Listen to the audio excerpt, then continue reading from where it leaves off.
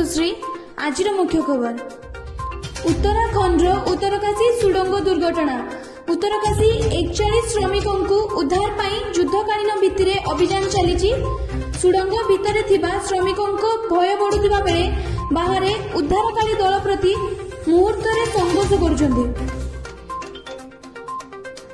Supreme कोर्टर प्रथम महिला विचारपति justice Fatima बीबी को गतकाली परलोक घटी 96 वर्ष होइतिला। सर्वोच्च अदालत रे विचारपति भावे से प्रथम मुस्लिम महिला थिले।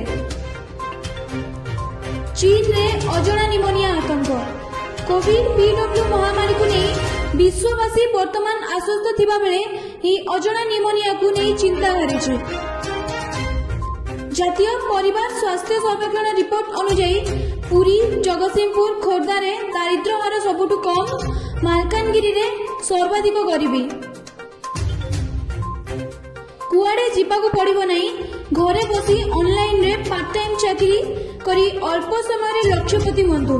टेलीग्राम फेसबुक आदि विभिन्न सोशल मीडिया रे माळमाळ मेसेज एथुरु दूरे रुहंतु बोली सतर्क कराइला पुलिस विभाग।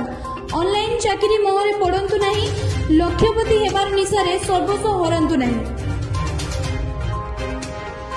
पंचुकरे अभड़ा दर 2 गुणा निषेध सत्वे भितरवाड़े बिक्री नियंत्रण प्रति प्रशासन नीरव। सब कमिटी बैठक में निष्पत्ति बोली मुख्य प्रशासकों विवृत्ति। गतकाली T20 सीरीज रे ऑस्ट्रेलिया को नाटकीय भाव में शेष बॉल रे छक्का मारी हराइले रिंकू।